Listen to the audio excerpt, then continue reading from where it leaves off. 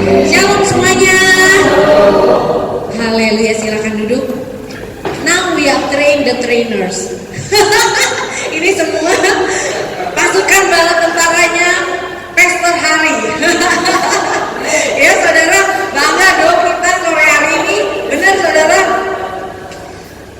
Bukan karena kuat gagah kita, sekali lagi kita bisa menggoncang mall ini saudara dengan hadirat Tuhan. Amin saudara. Coba buka hatinya lebih gede lagi saudara. Kita bukan hanya tempat ini yang cuma beberapa orang, tapi in the spirit saudara, di dalam roh saudara, kita bisa melakukan penetrasi yang lebih kuat sehingga kita akan menarik orang-orang untuk datang ke tempat ini. Amin saudara. Oleh karena itu sore ini saya kasih judul saudara, temanya adalah Kristen rata-rata, mediocre Christianity. Kita nggak mau saudara menjadi Kristen yang rata-rata justrunya, betul nggak saudara?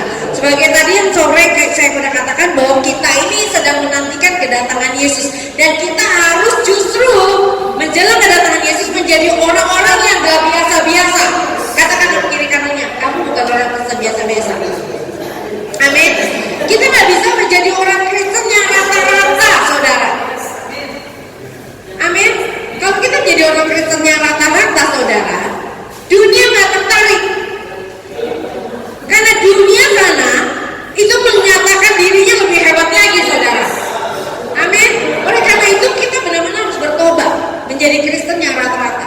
Menjadi Kristen yang cuma rajin ke gereja, hanya Kristen yang tiap itu ya rajin lah ya saudara ya, kalau Pak Pendeta bilang hadir ya. Tapi setelah itu sekali lagi Kristen rata-rata tidak bisa impact ke dunia ini. Katakan amin saudara. Dan kebetulan sini para pengerja semua, kita harus benar-benar menanamkan saudara bahwa kita ada di sini saudara adalah satu kehormatan dari Tuhan, sehingga kita bisa melayani Dia, bisa melayani Raja di atas segala raja saudara. Amin. Jadi kita ini pengerja-pengerja Tuhan sekali lagi adalah orang yang dihormati oleh Tuhan, karena Dia tahu lewat hidupnya yang dalam kita ini kita bisa melakukan sesuatu buat dunia ini. Amin. Oke. Mari kita buka dulu ayatnya, Ibrani 12. Ibrani 12 ayat yang pertama. Oke, Ibrani 12 ayat yang pertama. Ya, oke. Semuanya kita baca ya Ibrani yang pertama. 1, 2, 3. Karena kita mempunyai banyak saksi bagaikan awan yang mengelilingi kita.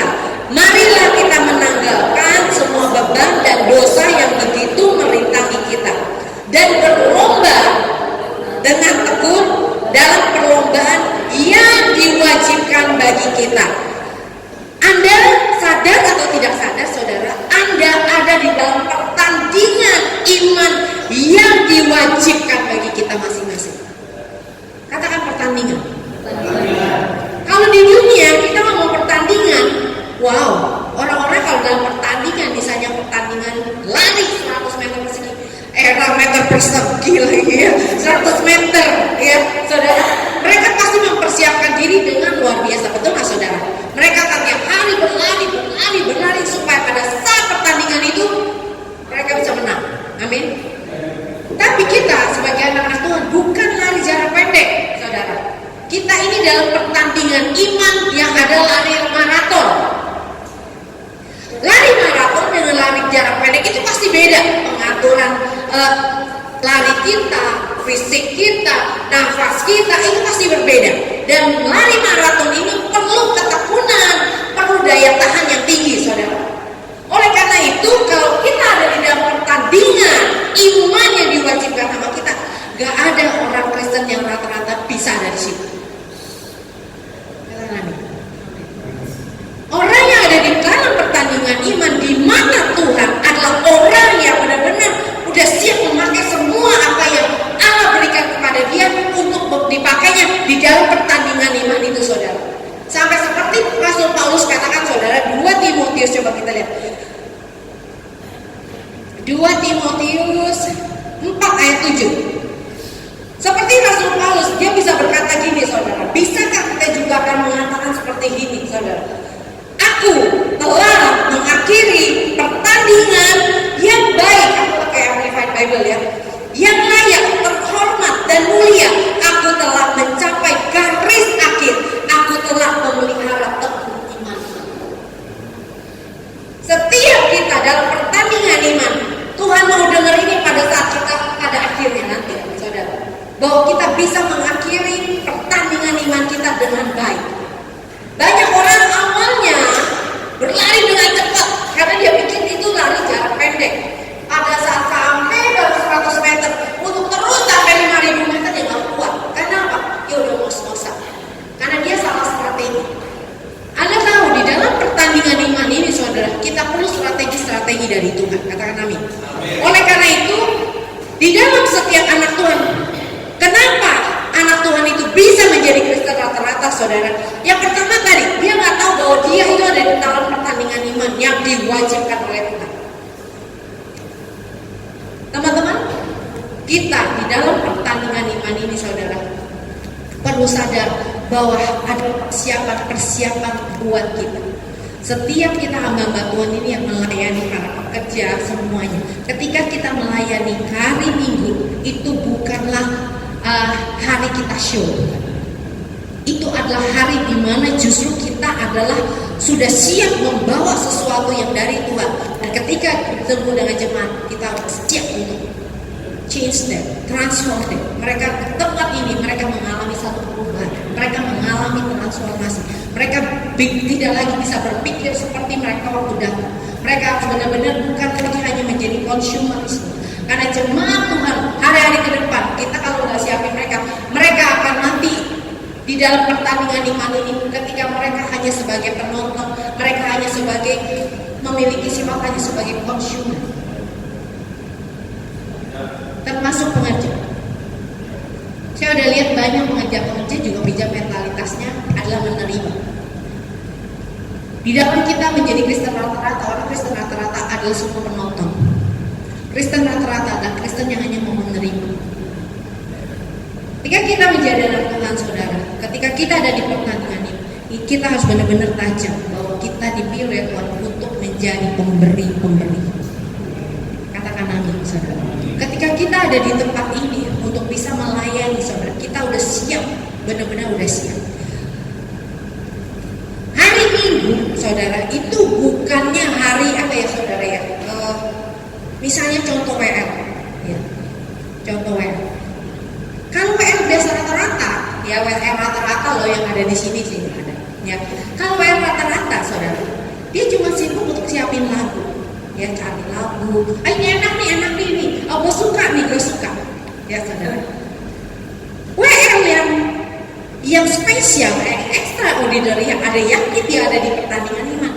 WL ini pasti harusnya dia tiap hari harus menjadi penyembah. Bukan kita menyembah pada saat ada di dalam mimbar ini, di atas mimbar ini, saudara. Every day kita selalu harus menjadi jati diri kita adalah penyembah.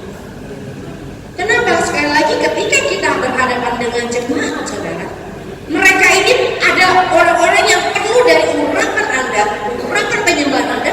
Ketika mereka dengar suara kita, ketika mereka menaikkan lagu yang Anda diinspirasi oleh Roh Kudus, mereka mendapatkan sesuatu, saudara, dan mereka akan mengalami transformasi.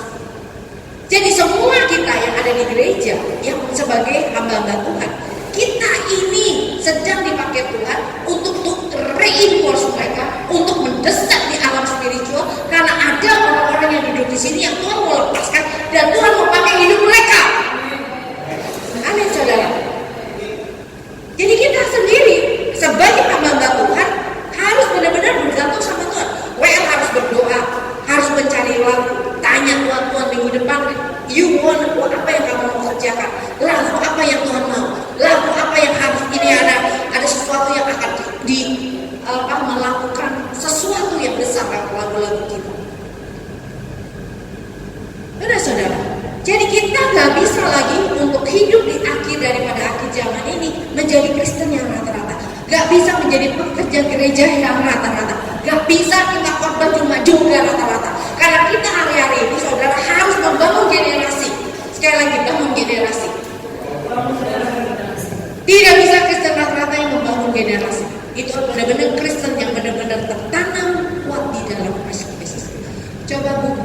Kejadian 1 ayat 20. Saudara, kita dipanggil oleh Tuhan, semua kita.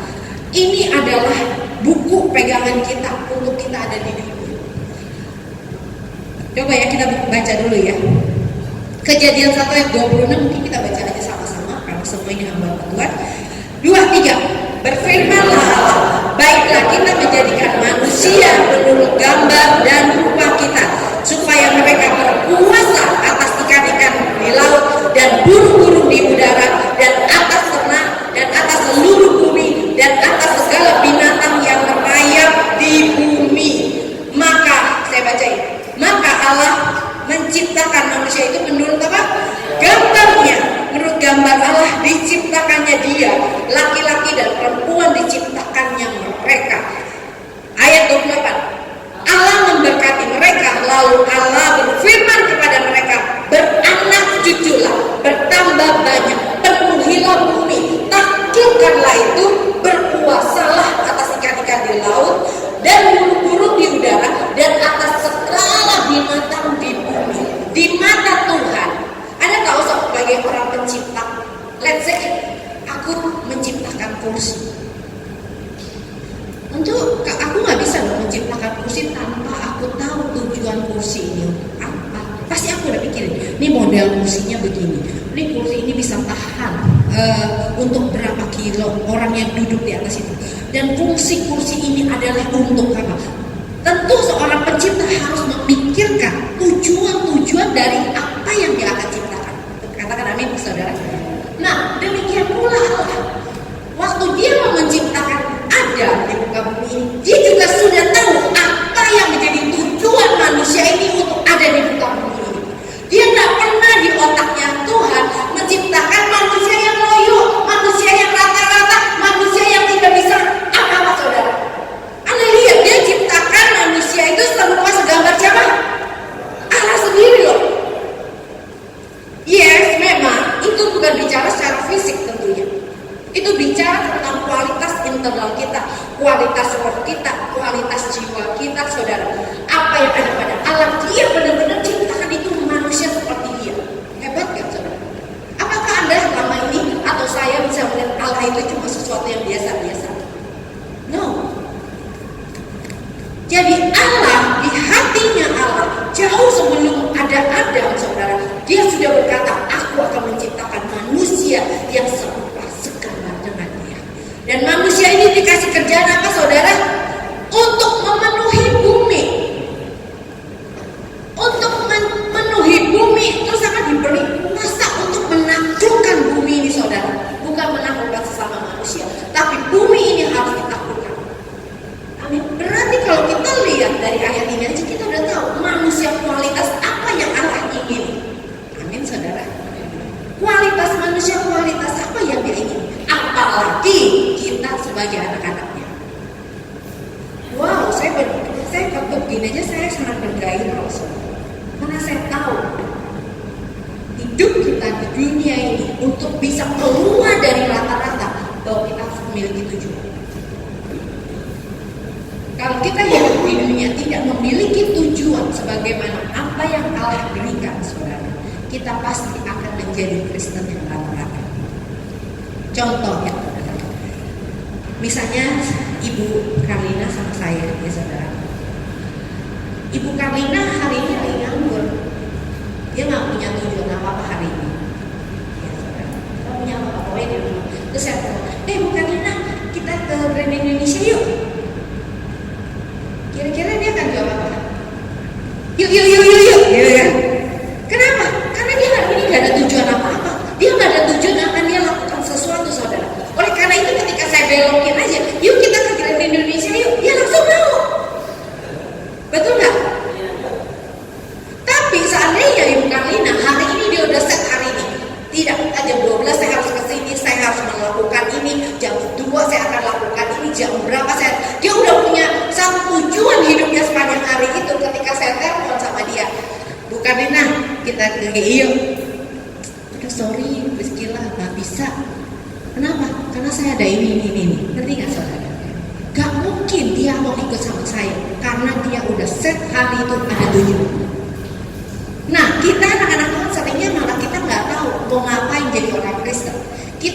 tapi jadi orang Kristen tuh untuk apa?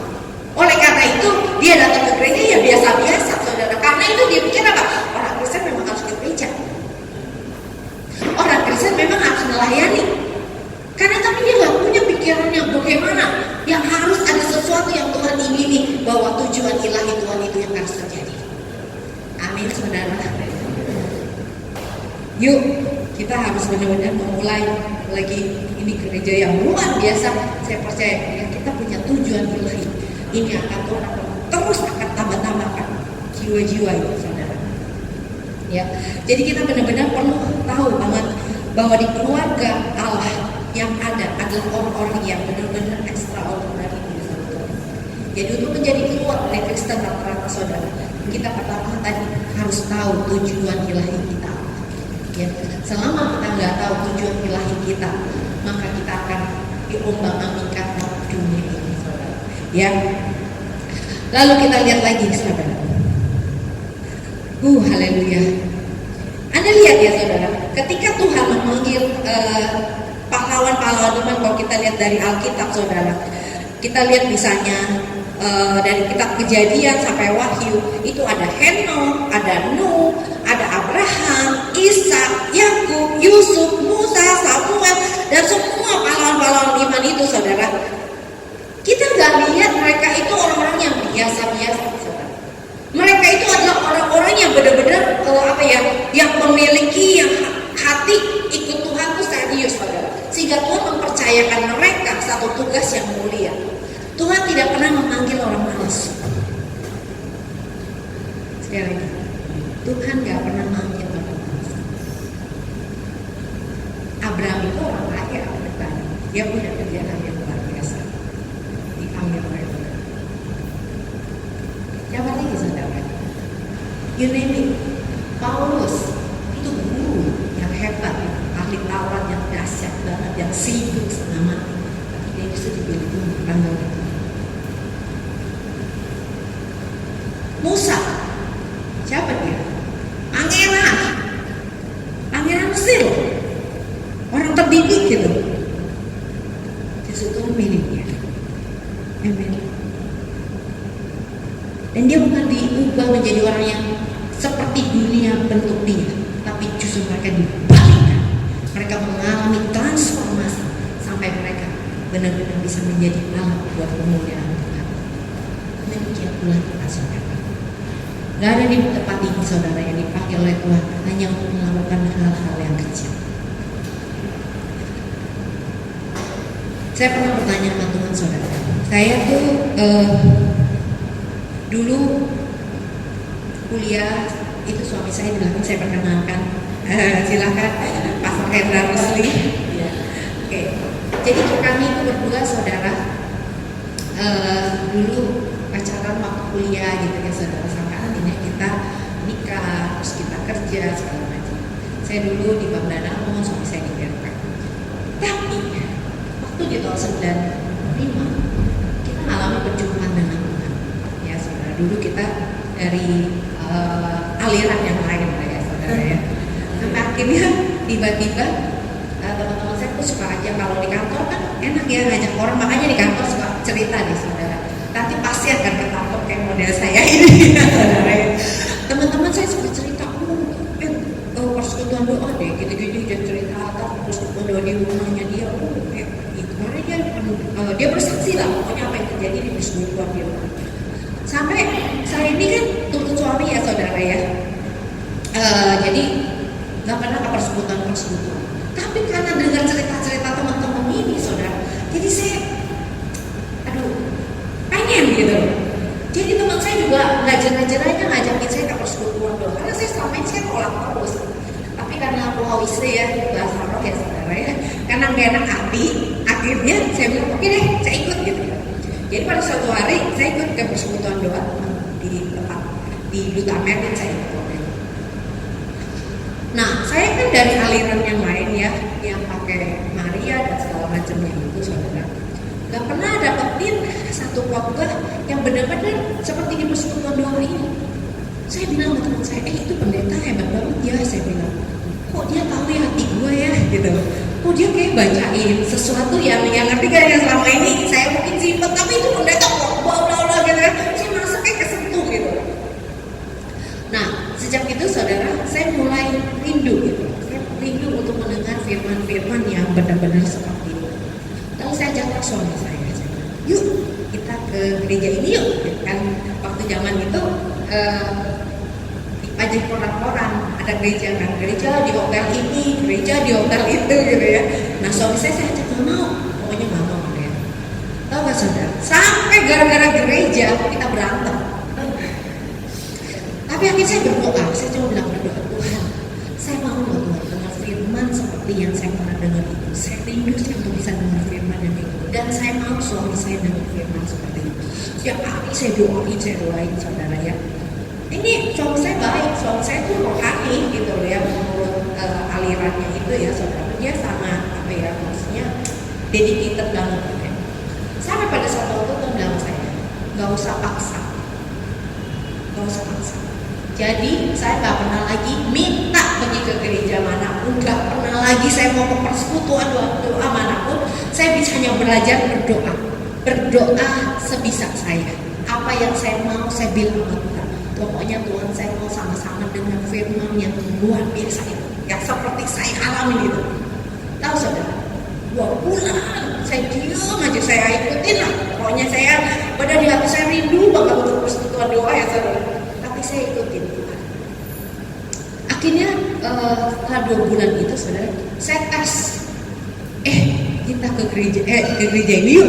Kan kita ajak anak kita kayak game mall gitu ya saudara. Kan anak saya masih kecil waktu itu, ikut tumble stop. Daripada nungguin anak, saya bilang lebih baik kita ke gereja itu, saya bilang ya. Sambil nungguin, no, tidak. Ya udah, kalau dulu saya ajak berantem, saya masih paksa gitu ya saudara ya. Tapi karena Tuhan udah bilang jangan berantem karena itu saudara. Jadi akhirnya saya ikut. Sebulan kemudian saya tanya lagi, kali ini luar biasa. Dia bilang, ayo, wah, saya bilang, wow, amazing nih, saya bilang. Tapi di mobil saudara, waktu kita jadi gini, perginya gereja yang tempat kayak gini, di mobil saya berdoa, Tuhan ini gereja sesat gak ya, di hotel lagi gitu kan, malah jadi sekarang malah ketakutan. Aduh, kalau gua ajak suami saya ke sono, ternyata gereja yang kalah, gimana nih ya, saya bilang. Akhirnya saya berdoa di bawah Tuhan tolong saya. Tahu gak Tuhan itu baik. Makanya saya bilang Tuhan itu luar biasa. Sampai di hotel itu, dia ada waktu itu kan zaman dulu ya masih pakai kertas-kertas itu loh. Apa warta? Itu warta yang saya terima. Dia tulis apa?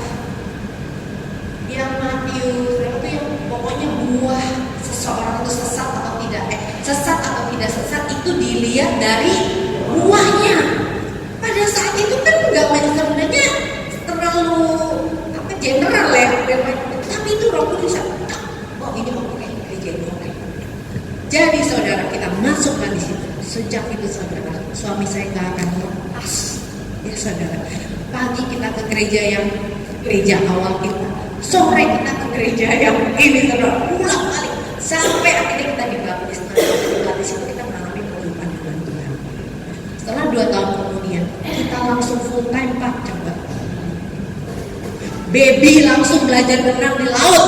Nah, langsung full time. Jadi kita berhenti totally tahun 97 kita total full time kedua. Saya stop dari bangun. Suami saya juga stop dari itu. Di situ kita benar-benar diajar sama Tuhan. Kita hidup keluar dari Kristen rata-rata. Di tempat pertama yang Tuhan taruh, kita benar-benar apa ya, melayani full time. Tidak ada sistem pegang. Jadi dia ajar kita untuk hidup bertegur-tegur sama Tuhan, saudara, untuk bisa dapat sesuatu. Itu benar-benar dari sejak itu saudara, kita juga tahu hidup bagaimana mengandalkan Tuhan. Awal-awalnya kita masih ada tabungan saudara, kita pakai tabungan sampai habis. Karena siapa sih mau undang kita lakukan sesuatu ya saudara, khotbah nggak ada, apa nggak ada, cuma kerjanya doa, baca buku, baca firman, itu ya saudara ya. Atau kalau Rabu kita di tempat pelayanan itu layani pelepasan gitu saudara. Jadi itu aja. Tapi saudara di 2 tahun itu setelah uang mulai habis, baru saya ngerti apa artinya mengandalkan Tuhan. Kalau selama ini saya masih andali tabungan saya masih andali dengan apa yang saya punya. Hari titik itu saudara, saya mulai mengandali benar-benar Tuhan. Hidup keuangan kami, hidup dengan 3 anak saudara tanpa PK sama sekali. Makanya ketika kita belajar seperti itu saudara, Tuhan panggil kita dari orang yang hidup udah enak, dari punya gaji enak saudara, sampai benar-benar nol. Di situ Tuhan mulai. Di situ saya baru belajar apa artinya nabung. Di situ artinya bagaimana artinya saya baca buku tentang menabung saudara. Langsung saya praktekin. Saya bilang Tuhan, firman di buku ini bilang firman-Mu juga berkata, kalau kamu mau diberkati kamu harus nabung. Saya nggak punya duit. Saya coba bilang Tuhan berikan saya benih. Saya gampang. Saya waktu belum tahu firman terlalu banyak juga. Saya cuma sederhana aja. Aku nggak punya benih harus minta apa yang punya. Saya bilang Tuhan berikan aku benih. Saya ingat benih pertama, uangnya Tuhan pertama kali kasih itu 250.000. Langsung saya tabur semuanya. Dan sejak itu Tuhan ngajarin bagaimana hidup di dalam kerajaan Allah. Hidup benar-benar bergantung sama Tuhan. Itu mulai benih itu makin banyak dimultiplikasikan oleh Tuhan. Hidup bersama dengan Tuhan benar-benar gak bisa. Kalau saya rata-rata ya, kalau saya menjadi Kristen yang rata-rata, pasti saya akan pikirnya utang. Tapi kita nggak pernah saudara ketemu nyoba tinggal. Kami dilatih oleh pemimpin kami untuk tidak ngomong sama manusia, tidak cari pertolongan sama manusia, minta Tuhan. Gak pernah nih keluar dari mulut nih ketika mau bayar uang apapun saudara keluar, gua pinjam, gak. Lebih baik gua mengamalkan, lebih baik nggak usah ini, let's do it Lord. Itu Tuhan latih dari sejak awal pertobatan kami untuk hidup benar-benar keluar daripada yang rata-rata ini saudara. Mungkin waktu kita lewatin saudara itu benar-benar ngeri-ngeri sedep, ngeri banyak ngerinya gitu ya saudara ya. Sampai saudara pelatihan Tuhan itu benar-benar saya juga bisa ngerti apa artinya saudara. Ketika kita lewatin penderitaan, jangan cuma mau lewatin penderitaan. Orang Kristen rata-rata saudara cuma mau cepat, saya masih keluar dari penderitaan, saya masih keluar dari masalah. Tapi sama Tuhan kita harus ngerti kenapa Tuhan izinin kita mengalami itu.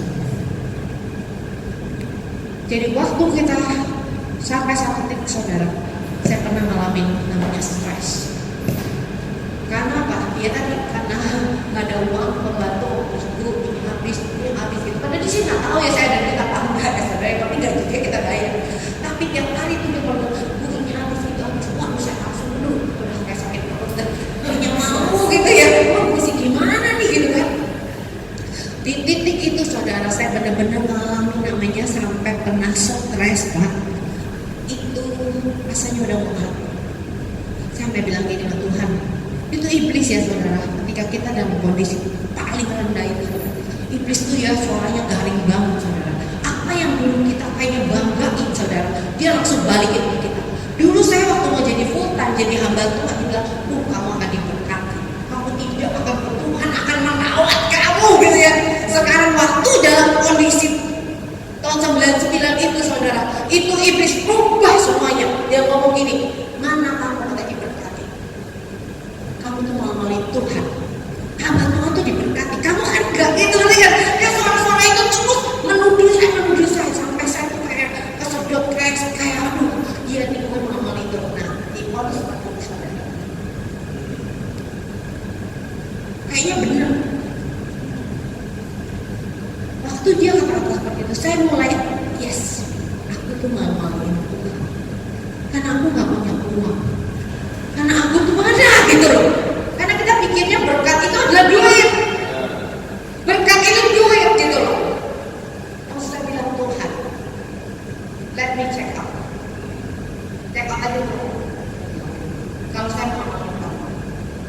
Itu doa saya.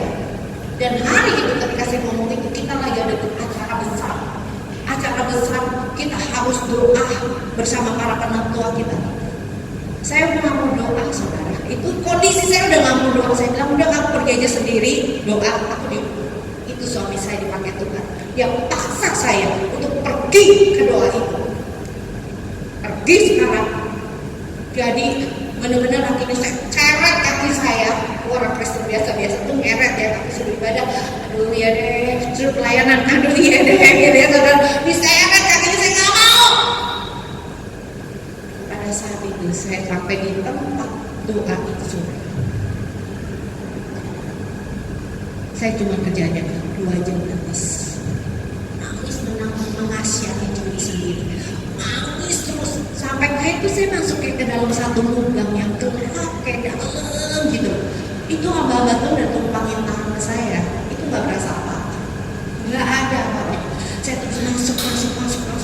Nanti saya kayak orang masuk ke alam maut gitu, saudara, kayak mati.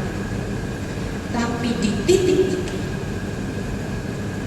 tiba-tiba Tuhan datang ayat saya, Yesaya 54 ayat 1. Yesaya 54 ayat 1 ini, saudara, dia berkata bahwa orang yang tidak bersuami akan punya banyak anak dibandingin yang bersuami. Di sini Tuhan menceritakan luar biasa bagaimana wanita di Israel kalau punya anak atau mandu itu sangat memalukan dan tidak berharga, dan dia bisa dibuang. Tapi kamu berharga. Kata-kata itu, saudara, tiba-tiba dari orang yang udah patah sayapnya dengan satu firman. Makanya saya percaya satu kata daripadamu Tuhan, Habakus. Itu cuma satu, Yesaya 54 ayat 1 dia ngomong. Saya patah sayap saya, tiba-tiba itu sembuh saya keluar. Gak perlu ditumpang tangan, gak perlu didoain, saya langsung berdiri lagi. Saya langsung loncat, saya langsung ketawa, dari nangis saya langsung ketawa karena saya tahu I am so berharga. Saya bukan anak yang malu berbapak. Sejak itu iblis sudah mulai gentar ya. Untuk kita menjadi Kristen di luar mata kita perlu mengalami Tuhan secara pribadi.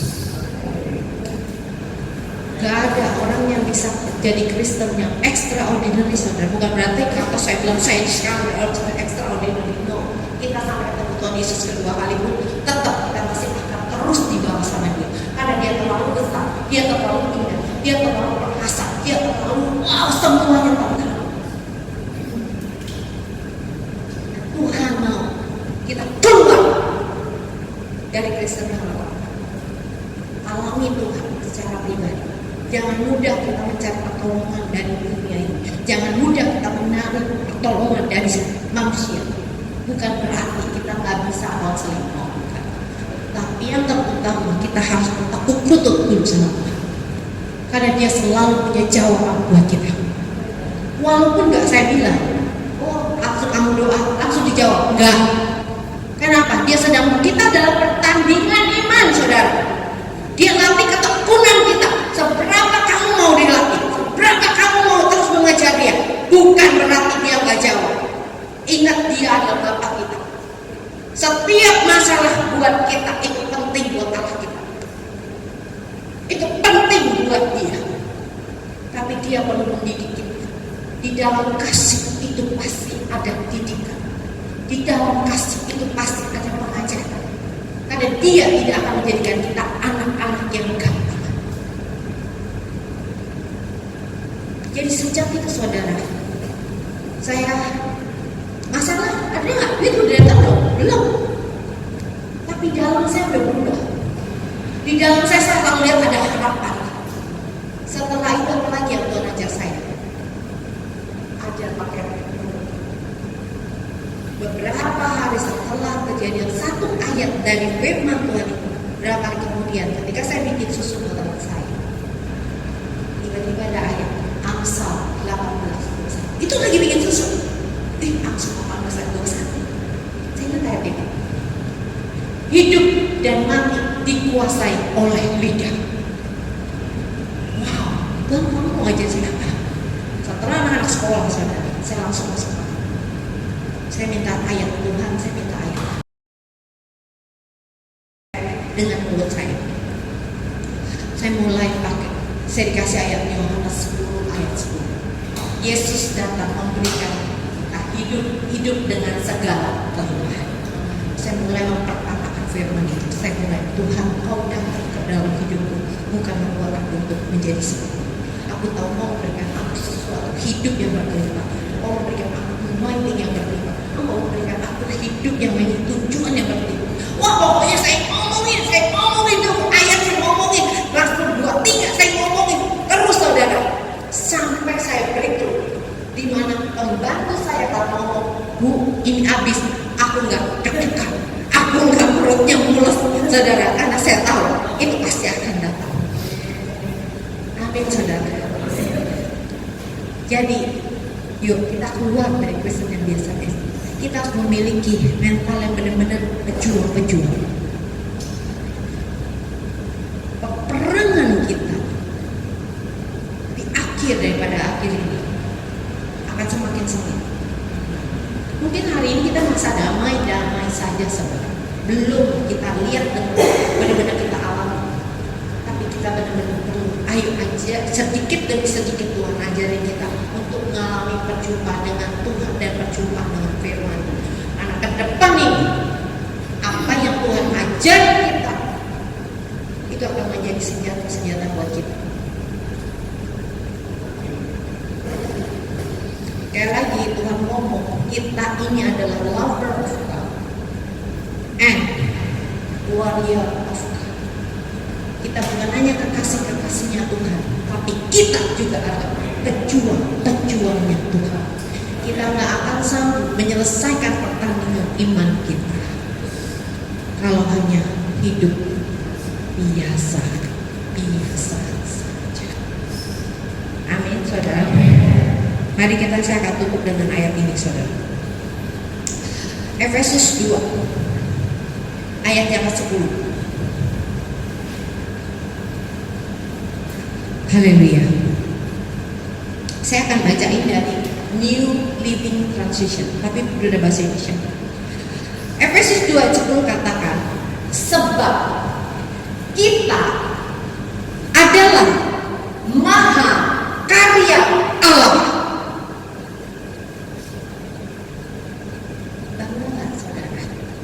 Kita ini maha karyanya Allah, bukan by product, bukan ya kebetulan lah jadi si Priscilla nih ya, ini ada hukumnya, ada dalam nih, ayo kita jadi si Priscilla. Enggak, dia pikirin detailnya, tujuannya. Pada saat dia di kandungan mama, dia udah pikirin nih si Priscilla mesti nanti gimana nih. Mazmur 139 katakan, oh you are fearfully, wonderfully made. Kamu tuh benar-benar dibikin dengan luar biasa. Karena kita adalah maha karyanya Allah. Saya ingin Anda melakukan kata-kata ini aja. Harusnya hati Anda berbunga-bunga. Harusnya hati Anda ada sesuatu. Terus dia bilang apa? Dia telah menciptakan kita baru di dalam Kristus Yesus, sehingga kita dapat melakukan hal-hal baik yang telah Dia rencanakan bagi kita sejak lama. Maha karyanya Allah, pekerjaan tangannya Allah. Dia nggak pernah di otaknya Tuhan atau di pikirannya Tuhan kita Kristen yang biasa saja. Karena Dia sudah punya tujuan buat kita masing-masing untuk kita selesaikan. Dan itu membutuhkan Dia yang hidup di dalam kita, yang memampukan kita untuk menyelesaikannya bersama dengan Dia. Amin, saudara. Jadi saya ingin tutup dengan ini. Di dunia sana sedang berlomba-lomba untuk menarik perhatian perhatian kita, supaya kita keluar daripada apa yang Tuhan mau. Kalau kita nggak sadar bahwa kita maha karyanya Allah, dan Dia sudah menulis tujuan hidup kita masing-masing di buku kita, Mazmur 139 gitu. Sebelum hari-hari kita ada, Dia sudah tulis hari-hari kita di dalam buku kita masing-masing. Kalau kita nggak tahu itu, saudara, kita nggak akan bisa menyelesaikan sekali lagi pertandingan iman kita dan menyelesaikan apa yang menjadi tujuan ilahi kita masing-masing. Amin, saudara. Saya udah mau gitu.